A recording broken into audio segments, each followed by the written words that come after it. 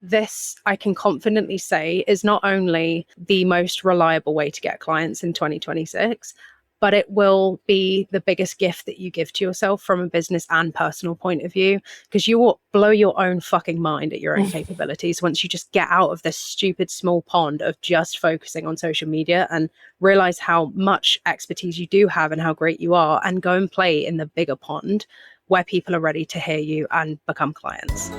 Welcome to the Unconventional Business Podcast, your place for real stories of real people growing their businesses in the real world. Most of us are neurodivergent in some way, but of course everyone is welcome. This is the place for rule breakers, narrative dismantlers, and those who just want to forge their own unique path in the world. You will find no do it my way or 6 steps to 6 figures and all that BS here.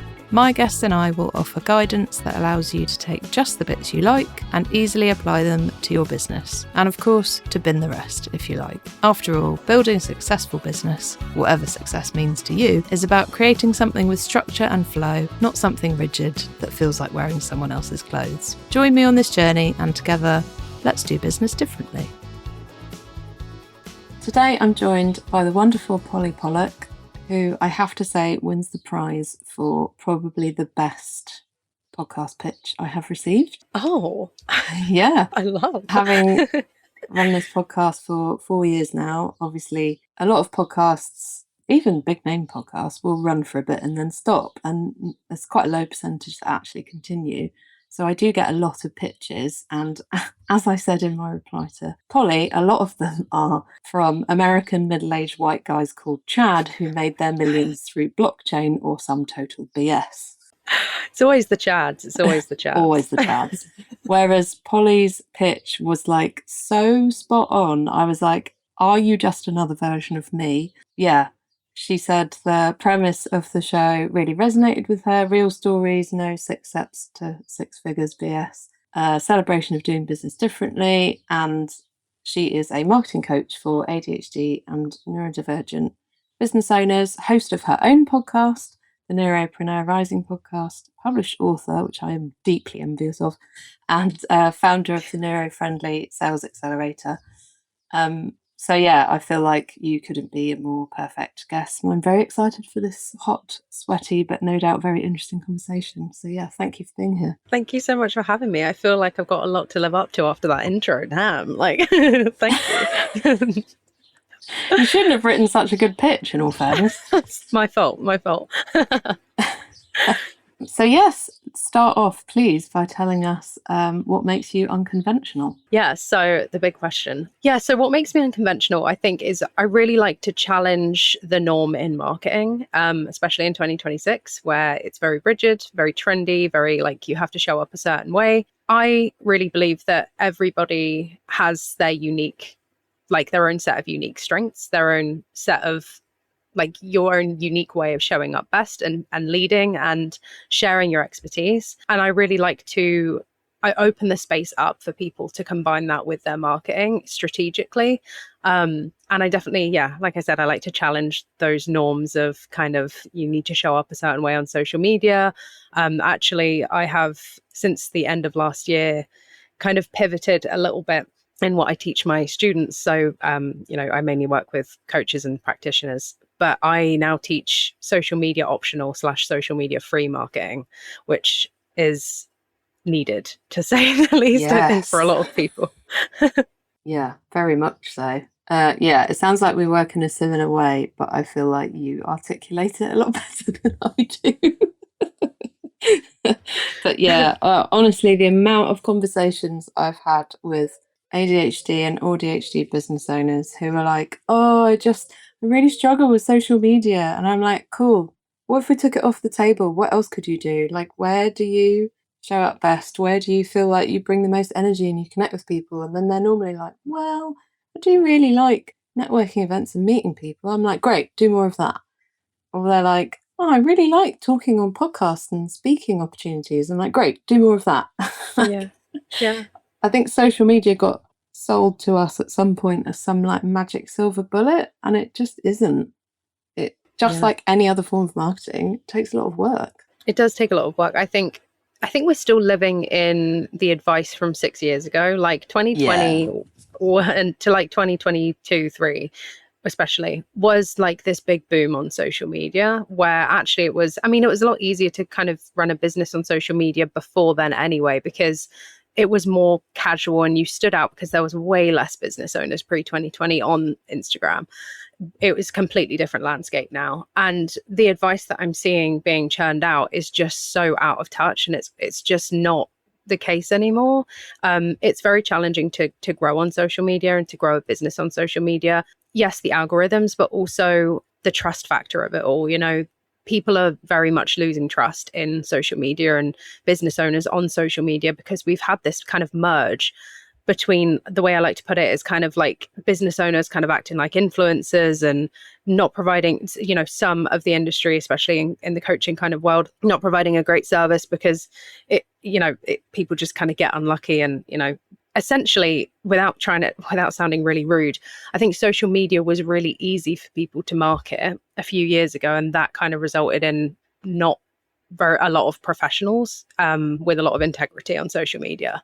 And so I think there's a trust factor with that. People have, you know, received bad service or whatever, and it's kind of, they're losing trust a lot, the consumers. And a lot of people just don't want to show up on social media because it feels like a game of attention, which it is. Like that's very true. You know, hooking people in the first kind of few seconds, whatever it is, that's what it takes to kind of get seen and get visible to some degree. And a lot of people with integrity and ethics, they just don't want to market like that. And it's often put down to a limiting belief. And I think, well, no, it's actually probably just your ethics. Let's find other ways of getting new reputation online.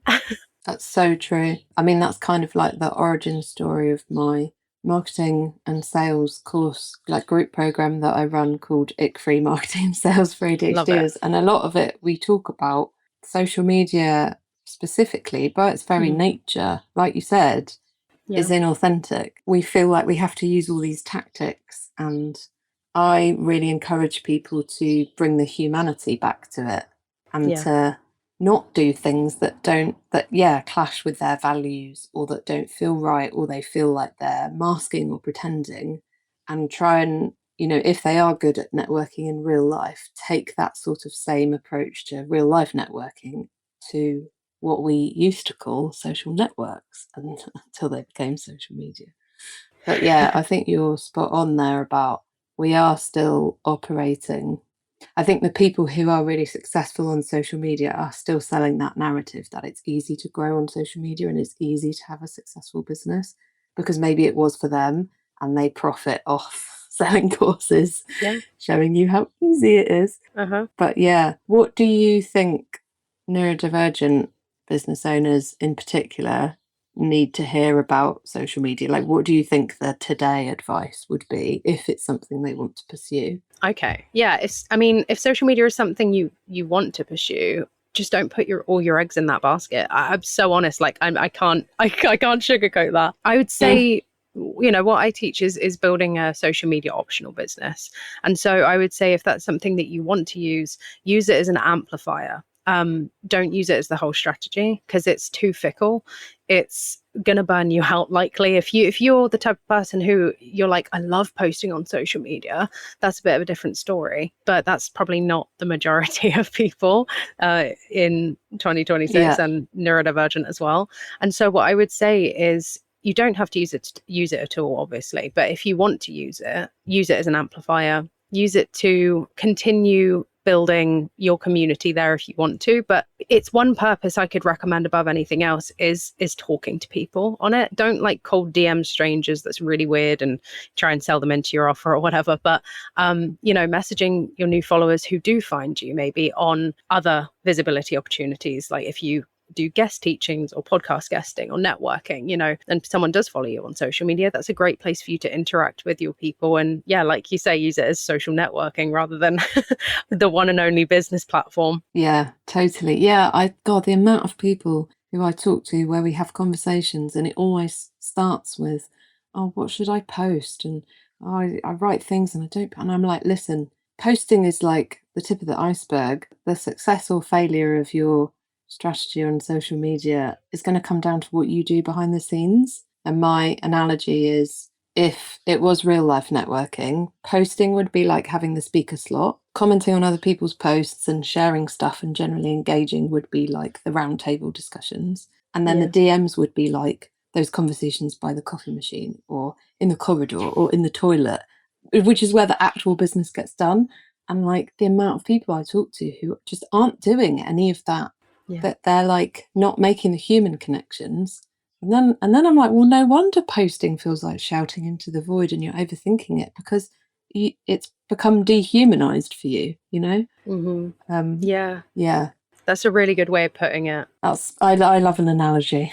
I'm a big fan of analogy. My lovely PT is off to have a third baby. Obviously very happy for her, very sad for me because I've really got my exercise routine down in the last year or so. So she's off on maternity leave soon. And someone in my local Facebook group for the village posted about a new sort of, not a big gym, but a small gym, because it's just not my thing. So I went to check out their Instagram account, looked through a bit, was like, these people seem cool, they've got loads of classes, they're like really near my current PT. And so I followed them, and they followed me back, and they sent me a very human DM that was like, thanks for the follow, let me know if you've got any questions. And I was just like, damn, it's so simple, but I couldn't find their pricing on their website, and I do have a question. And because they struck whilst the iron was hot, I'm interested, I'm there, I'm looking. I got that message and I was like, well played, you know?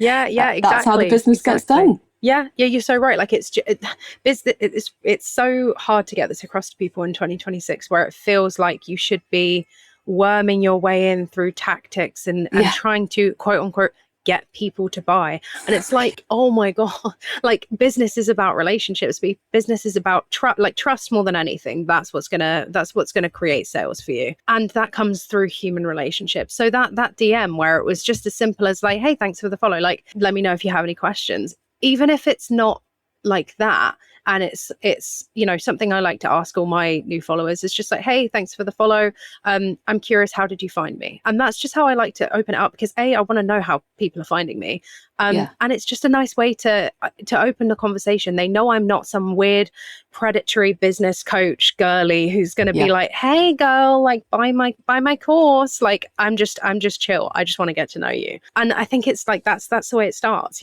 Yeah, I do a lot of that. I don't do it on Instagram because I don't have the capacity, but I do it I do that on LinkedIn. And at the very least, it means if you continue to follow me and engage with my stuff, you've had a little moment of interaction one-on-one. Like we have learned something about each other, and it might just be a little 5-minute flinging each other a few DMs, but then also that person is much more likely to engage with my content and not just lurk. But at least it brings the humanity to it all, Yeah, for sure. When you were saying earlier about unless you really love posting on social media, and that's another story, I thought I have gotten myself to that place, but only because I have made LinkedIn feel like my office kitchen, and it's like my go-to every morning, where I do check in with some business connections, and I've got funny people in my feed sharing loads of sarcastic shit, and I've just made it fun and human, and it, exactly like you said, it's just become about relationships. And then actually weirdly, that's when I got a lot more business from it. I think LinkedIn is so different. I think the kind of people really struggle with like Instagram, Facebook, because there's a lot of like negativity on there, and it feels very transactional for a lot of people, like when you post. But LinkedIn, like I have a few students, obviously we work on off social media stuff, but I do have a few students who kind of supplement their strategy with LinkedIn, and they enjoy it, and it feels more like, I mean, it is really a networking platform above all else, and I think it's a little bit different. It's a different vibe, and it holds a completely different purpose. There's a different kind of trust factor that's actually on platforms like LinkedIn versus Instagram, which is really, it's the bar is just so low, and that's why it's so hard to build trust on those platforms. And I think people often think like, oh, if I can't get anywhere on Instagram or whatever, then it's me. And it's like, actually, it could just be that you're fishing in the wrong pond, and you're going places where you're not able to share your expertise. Because with the off social side of things, when we look at the initial, like the way I kind of teach it is, visibility, going into building your community through your email marketing, kind of your main hub, which is your email community, and then into kind of selling your offer through the trust built in there in different ways. But when you look at the visibility side of things and you look at, okay, podcast guesting, guest teaching in communities, partnerships, that kind of thing, a lot of coaches and practitioners and people in like the helping kind of fields, especially, or the teaching, will do so much better because they're able to go so much more in depth there versus like cramming themselves into, you know, like a 30-second reel. And you're also working with people who are already attentive, people who are already listening and actually want to learn. They're not doom scrolling and just like scrolling past you. So it's easier in a lot of ways. I love that. It makes me think of something. I was talking to my lovely client turned friend. We have a Monday morning meeting with each other where we just like get set up for the week. And we were talking about how we both are probably guilty, due to the deep passion for what we do, of maybe sometimes trying to say too much or not giving too much away, because I don't believe in that, but almost overwhelming your audience with the depth of your of your thinking about something, because we're just so excited and passionate about it. And it made me think, you know, we were thinking both of us need to bring it back to like the tip of the iceberg, like that whole thing about meet your audience where they're at. What are they actually ready to hear right now? Well, like, what is that big pointy sticky problem that they need help with now that you can help, and then you can gently introduce them to the rest of the iceberg. And I think if you can't find a way to do that, or it doesn't feel right, or it is hard to do, exactly what you're saying is perfect. Like, go somewhere where you can show people the whole iceberg, because like you said, they're engaged and they're interested, and you've got the time and space to do that. The problem with social media is, honestly, some of my clients overthink those posts so much, and I'm like, mate, do you understand how quickly you can be scrolled past in the feed? In like, think about the thousands of things you see every day. And people really tie themselves in knots in it, which makes me sad. But yeah, I love those strategies that you mentioned. When people arrive, like when you connect with people and they want to work with you, what do you think the biggest thing that they believe about marketing that you know isn't true? Like, what is that thing that that sort of myth or story they come with, and you're like, let me tell you. Oh man, so there's a couple of things. Firstly, I think, and this in the back of my mind, I think seems or feels a little bit, I don't know, it kind of didn't occur to me until a little while ago that people have kind of gotten in business in the last 1, 2, 3 years and all they've ever known is social media. And so when I kind of end of last year, and I was talking to a lot of people about their needs and of really wanting to get off of social media and get consistent clients that way, I was kind of like, I don't get how all of these people were saying to me, like, well, if not Instagram, then where? And I was like, what? Like, what? What? And so it kind of occurred to me that people obviously had gotten into business in the last 1, 2, 3, 4 years, and all they've ever been taught is that. And so I think that's the first one is, you know, you don't need to do social media. You can use it as a platform to be social if you want to. You don't even have to rely on it. Like, I literally make now like 1 post a month for fun, and it's like me at the beach, just because I like just having like the little old school grid there, and I have way too many photos on my phone basically, so I sometimes have to delete all my photos, and it's a mess, as you can imagine. The ADHD makes it a mess. So I like just putting it up there, but I don't post on social media. So that would be the one. You know, I DM people and stuff, but you can use it that way. You don't have to do that. Then number 2 is probably, I had a student last year / this year who really, really was in knots about, I feel like I have to like show up a certain way to sell, or I have to like turn myself into a salesman and be really with the marketing and showing up and using the tactics, because all she'd ever known was social media. She thought that really what she needed to do was use tactics and you know, make people buy, or like that's how she had to work people basically. And that's really what people are being taught, is like, you have to say the right things.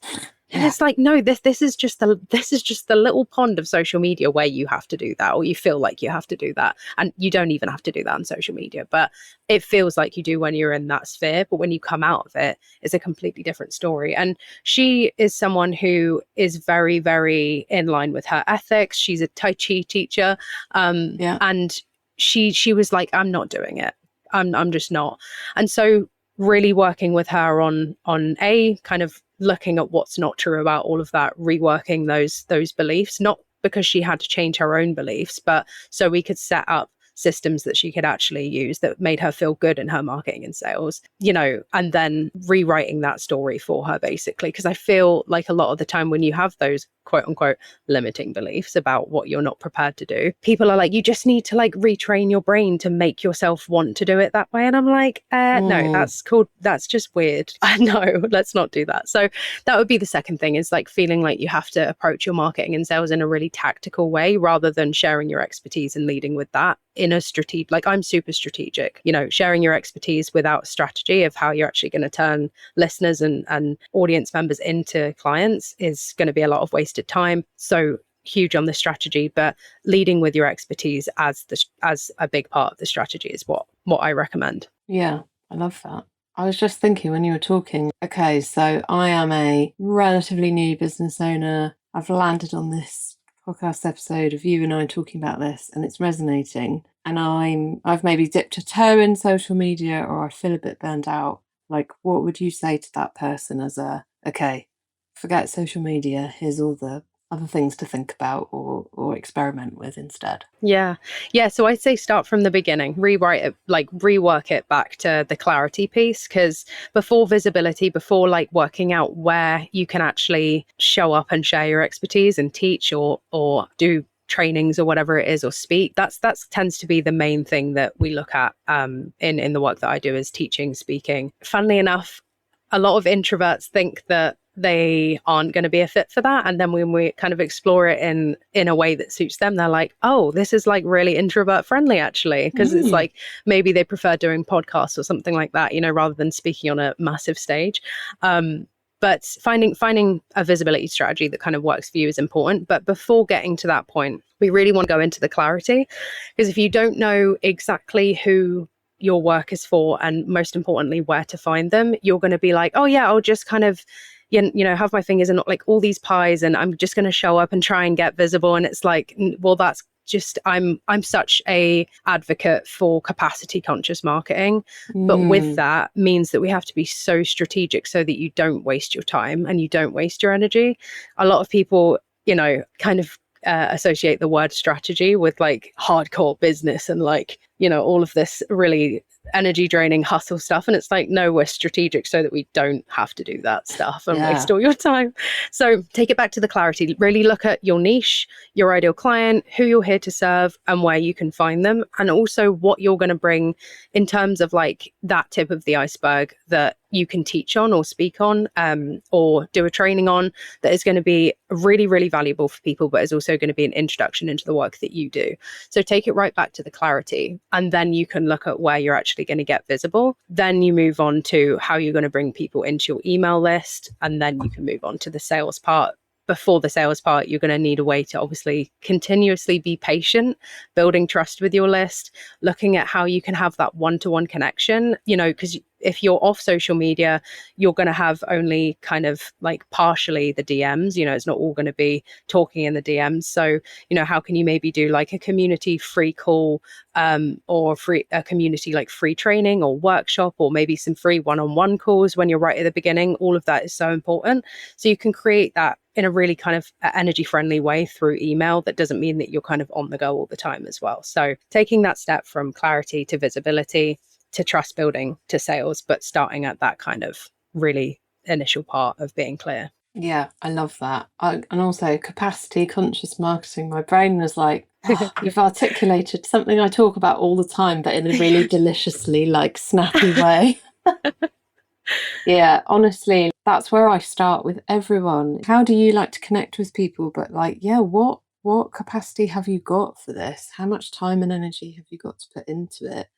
People always go, oh, I feel like I should email my list every week. And my question is always like, can you do that? Like, have you got time and energy to do that? And then they're like, I don't know. I'm like, okay, so what's a realistic start? Should we just start with once a month? Because it's better to start with a lower bar and create the habit and then amplify it. Do more when you've bedded it in. But it's a bit like going to the gym. The amount of people I've coached who are like, really want to start going to the gym, so I'm going to go every day. And I'm like, whoa, Yeah, for sure. Should we just start with once a week? And then depending on how that seems like a big scary thing to do, I'm like, maybe the first time you just drive there and you look at it and you're like, Yeah. cool, I've driven there. I'm always like, how can you make that barrier seem really small? Or how can you make that first step feel really safe and easy to take? Yeah, arguably, to your point, things like, yeah, podcast episodes, which is essentially just a one-on-one conversation, or speaking in someone's already highly engaged community,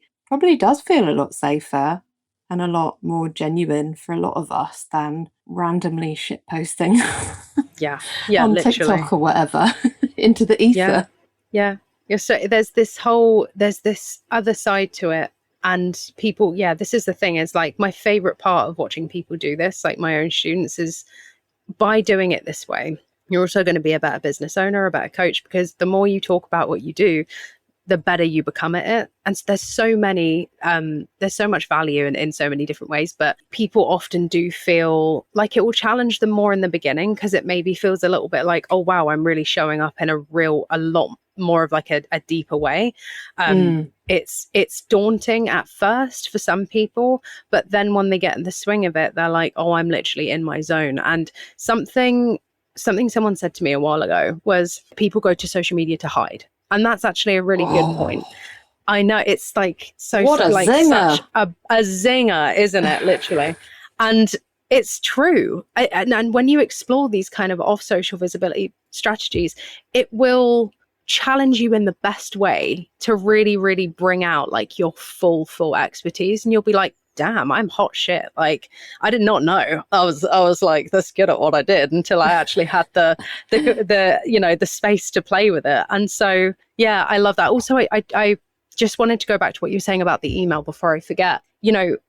So when I look at kind of capacity conscious marketing and looking at what you have capacity for, something I'm a huge fan of is not necessarily doing less, but looking at what we can take off of your plate in order to make room for the really, really needle moving things that you're going to not only see results with, but enjoy. So things like email, I get this a lot with people where they're like, I don't have time to send one email a week. And I'm like, okay, what's on your plate right now that you don't like, that's not bringing you in results, that isn't worth carrying on to see the results because you've already been trying it for like 6 months? Usually it's social media. And it's like, how can we take I don't have time to send an email, but I'm posting every day and I hate it and it makes me want to take a cold shower after I post. So let's get rid of that and let's replace it. And then they get to send their email a week and they're like, I am in love. Like, I have my creative space, I got my candle on, I got my incense on, and I'm just there in my creative energy writing my newsletter. And it works when you take things off your plate. Yeah, it's so true. I think you've landed on the title of this podcast episode: stop hiding on social media, because what people will think that means is, oh, like, yeah, I probably do need to. And then what we're going to blow their minds with is, you can stop doing it altogether, but you will have to maybe do the slightly more confronting but more effective other things where you actually talk to people and share your expertise, tell them what you do, and build relationships with them. Exactly. And you know what? It's so worth it. Like, if you're someone who believes in personal development, which you probably do because it's like goes hand in hand with business, this, I can confidently say, is not only the most reliable way to get clients in 2026, but it will be the biggest gift that you give to yourself from a business and personal point of view, because you will blow your own fucking mind at your own capabilities once you just get out of this stupid small pond of just focusing on social media and realize how much expertise you do have and how great you are, and go and play in the bigger pond where people are ready to hear you and become clients. Damn. Yeah, I'm just thinking back to like when I used to run a Facebook group back in like 2021 maybe. And I did have a really good run there. I built a really good community and I made it very specifically. I think I called it like small business, big message. So it was all about how to get that message across. And I had identified that the people I enjoyed working with, and, you know, it also described me, was we were all unconventional, which of course turned out to be code for neurodivergent, which I figured out first. And then literally most of the people I've ever worked with or connected with have come back to me later and gone, you shared your story, and then I went off and got a diagnosis. But yeah, it worked really well because it was a pretty private community space. But I was there posting things to think about every day. I went live every week and did a little mini like training on something, and everyone was really engaged. And I managed to sell out a group program, like barely even trying, because people were kind of getting the experience already and they wanted more of it. Obviously, I didn't know that I was an ADHDer then, so eventually I burnt out and I closed it. I would approach that very differently now. There was no consciousness of capacity, but it taught me a lot about the trust building and the consistency of showing up and answering people's questions. And that's what really affirmed my belief that you can never give too much away, because all you're ever giving away is generic advice. It only becomes specific to that person when they pay you and you work one-to-one together. And so we don't need to worry about giving everything away, because that person will only ever, some people will be able to take that and be like, cool, I can make that work for me. And that's great. Like, I love being able to have that ripple effect. But for some people, they will be like, I've gotten this far, but actually I really want to do this properly with you, and I want you to tell me how to shape it around me. And I've always stood by that. But I believe that too. Yeah. You're only giving away the frameworks, like how that applies to that person. They will often need to soundboard with someone else to figure that out. Yeah, I so agree. I think oh man, I had a student last year and she was having a real hard time. She was doing really well in business and she stopped doing well. And she said she got advice from a business coach who said, stop giving away free value. And she was like, I think it's probably something to do with that. And I was like, you bet your ass it's to do with that. Someone arrest that business coach. I was just like, that's probably your problem. And I think it's just, it's not true. Like you say, you're only giving you can't coach someone through a podcast episode directly or like a guest teaching directly. You're providing a lot of value. But you're right. It's only that top layer. But one thing I'll also add to that, don't worry about people not paying you because, you're giving away too much free advice. Like, it's just not true. People need to know that you're not just some influencer on social media or just someone who's like calling themselves an expert and has nothing to show for it.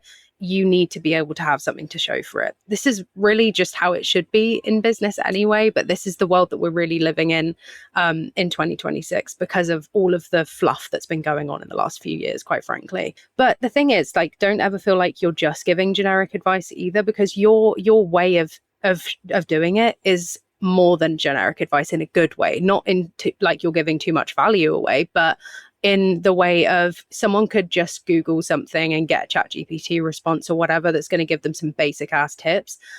You're providing so much more than that in the best way that's going to build trust so that people do become clients, because you're giving your take on it and your personal lived and professional experience on it. So yeah, it's gonna go like the best way if you don't refrain from giving value, basically, and you're not scared of it and you're not scared of delivering it in the way that you can. Yeah, so true.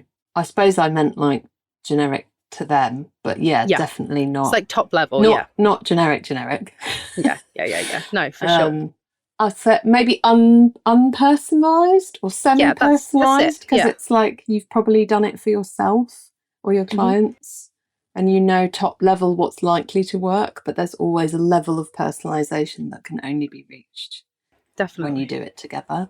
But absolutely. But that's such a good point. Like, I think so many people that I work with don't recognize the value of their expertise. They don't recognize the value of their perspective and their personal story. And I think there's a bit of a real ADHD thing about minimizing your achievements and not recognizing your strengths, which is why you and I do a very strengths-based approach. Because that's often a bit of an eye-opener for people to be like, what, I've got strengths? Or to reframe things that they think about. Like I always say, it's not oversharing. It's the appropriate amount of sharing to build a really good relationship with someone. Exactly. Yeah. Society calls it oversharing. I don't. You're probably familiar with this. Like, there is a little bit of a process at the beginning just to like help that person see how amazing they are and what they have to bring and what they have to give. And I think that process is probably like some of the best value that people like us bring, is just being able to reflect that back. Yeah. And then I think the strategy, the visibility, all of that becomes a lot easier when you've like done that groundwork. Yeah, you're so right. And like at the beginning, especially, you are going to be, whether you're like newly qualified or like you've just started a business or whatever it is, there's going to be confidence blocks. You're not doing anything wrong by having the confidence blocks. You're human. And if you do have the confidence blocks, you're probably a really good person because you don't want to just put stuff that you're like unsure about out there. And like that's such a testament to your ethics. But definitely there's a process of being confident that will come in the beginning. And like you said, you know, people need to really let it sink in what they have to give.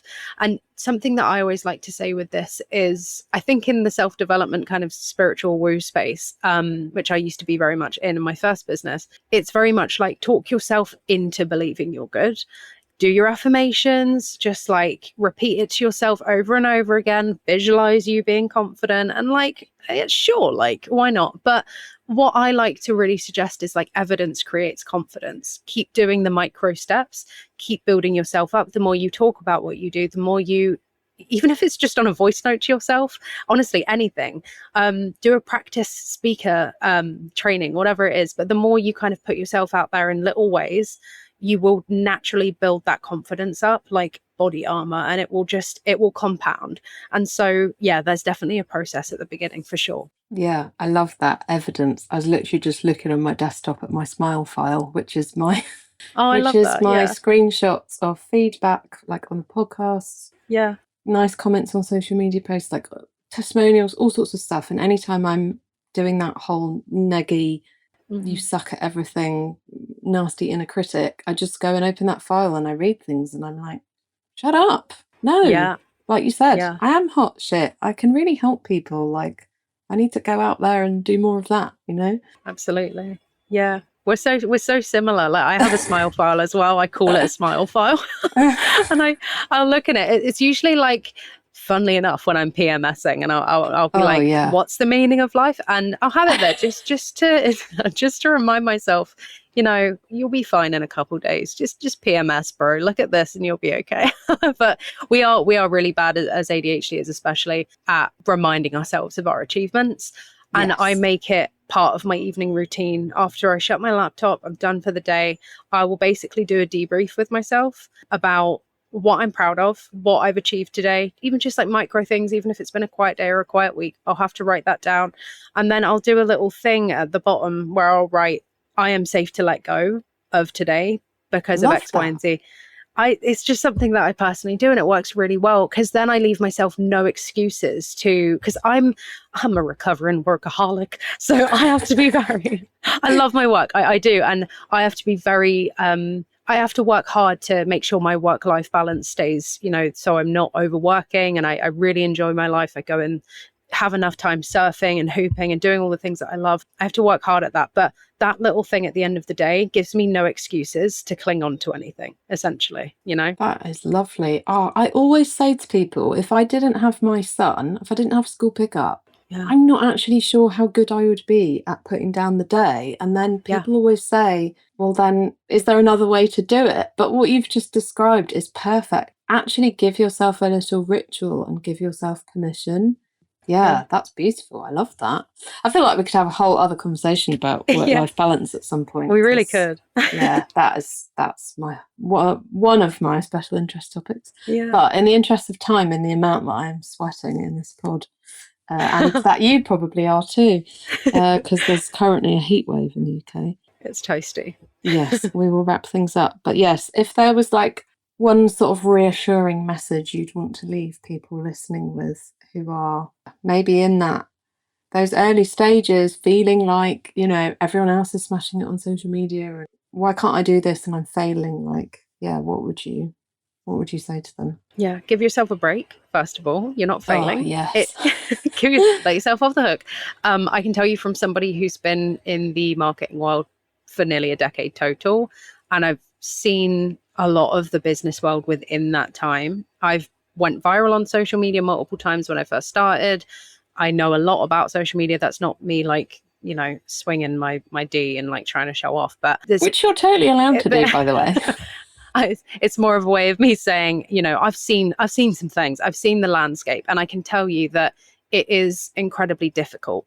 It's the most challenging way to grow your business right now, and that won't change anytime soon. Let yourself off the hook there. You're not failing, and look at what else could be true in the sense of how else can you like challenge yourself to do it differently. Like I've kind of just described a little bit in this podcast episode, look at where else you can get visible in the way that you really, really want to show up, and how you can show up best, and where people are already going to be looking for you and not scrolling past you, and challenge yourself to think outside of what the Instagram bubble is telling you, because like you mentioned, people are profiting off of keeping you stuck there. So straight up, I'm not going to be around the bush, because I have no interest in letting people and their mental health suffer to the like degree that they are. So people are rumbling other people on social media by keeping them stuck there. 100%. Yeah, absolutely. I'm so glad we had this conversation. I was nearly like, I think it's too hot, I don't think I can do it. But then I was also like, I've been really wanting to talk to you ever since I got your email, and I'm like, I'm just going to put up with the sweating because I think this will be really good. And honestly, I've so many ideas have bubbled up in my brain during our conversation. But thank you so much for everything you've shared, and for keeping it real, and just some amazing insights that I'm sure people listening are going to take away. So if people are interested in hearing more about you, which I'm pretty sure a lot of people listening will be, how can they find you online, and what can they expect when they do? So I'm not too active on Instagram anymore, but please do come and like have a chat. What I'll leave you with is something that's usually $59, but I can give it to you for free with a little code that I'll give you in the link that I send. And it's basically I've called it the anti-social marketing kit. So it's my God, I love that. It's essentially going to get you started with those first visibility opportunities and getting you off of social media with your marketing, taking that first step. So there's like a 2-part kit. It's got a training with me basically going into a little bit more in depth of what I've covered here.